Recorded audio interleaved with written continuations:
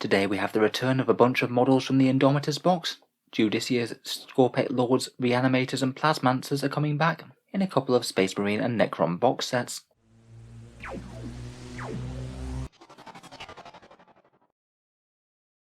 Hello and welcome back to Auspex Tactics, where today we're just talking over these two new box sets released by Games Workshop. The models that you get in them are exactly what you see on the screen.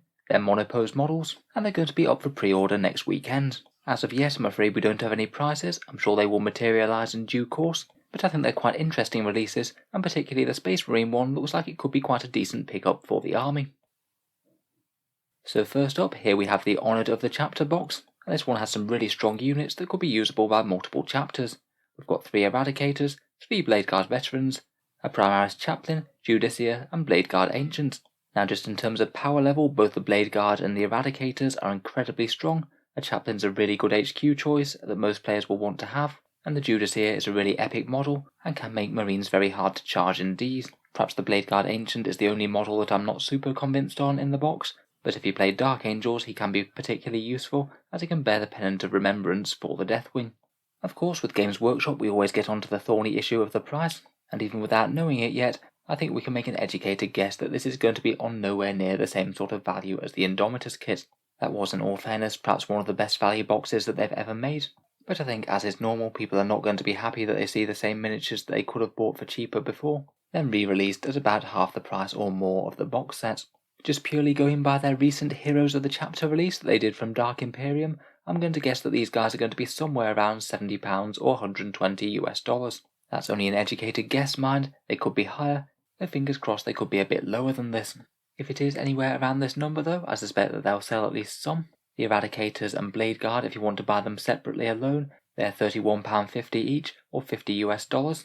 So if we disregard Indomitus for a second, it wouldn't be too bad to get a couple of those, and then get the characters on top of that. I guess this does mean that we're very unlikely to see a Judicia release all by itself. Unfortunately, and perhaps quite unhelpfully as well, I suspect that you will need to get this kit if you want to pick up that particular character miniature. I can't say I'm the biggest fan of this new policy, but they seem to like including unique characters in a big box along with lots of other things that you might not necessarily want. Still, overall I do find it hard to be too down about this box. There's some cool miniatures in there, and they're quite effective on the table. Now please Games Workshop, don't make it cost too much. Next up we come to the Necron release, which is the Necron's Royal Court. This one contains a Sculpt Lord, a Plasmancer and 2 Crypto Thralls, and a Canoptic Reanimator. For me, compared with the Space Marine box set, the units and their composition are a lot more questionable. Plasmancers and Reanimators really aren't all that good, the Sculpt Lord's okay. I would say for their points the Crypto Thralls really are quite efficient, and they do seem to make it into a fair few Necron lists. The unit mix though really is just quite strange. The Plasmancer, Sculpt Lord and Reanimator pretty much want nothing to do with each other on the battlefield.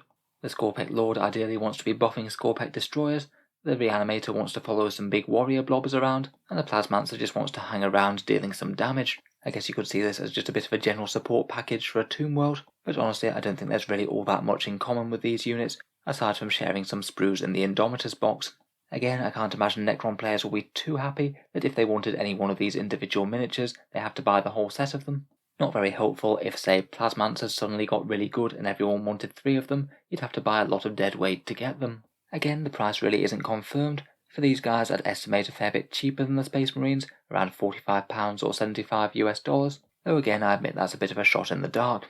Like the Space Marines, the value of these guys is always going to be compared to what they were available for in Indomitus, so to be honest, even if they were quite good value for what they are, I don't suspect that people are going to be desperately happy. Anyway, it'll be interesting to evaluate them once they do have the price. I guess it is good that Games Workshop is finally getting around to releasing these, even if perhaps people would prefer them to be individual models, as opposed to slightly weirdly sharing the box with each other. Look forward to hearing your thoughts and comments on them down in the comments below. If you've enjoyed the video, then feel free to subscribe to Auspex Tactics. I'll certainly be keeping up with Games Workshop's releases. We've got a few leaked datasheets for Dark Eldar coming out tomorrow.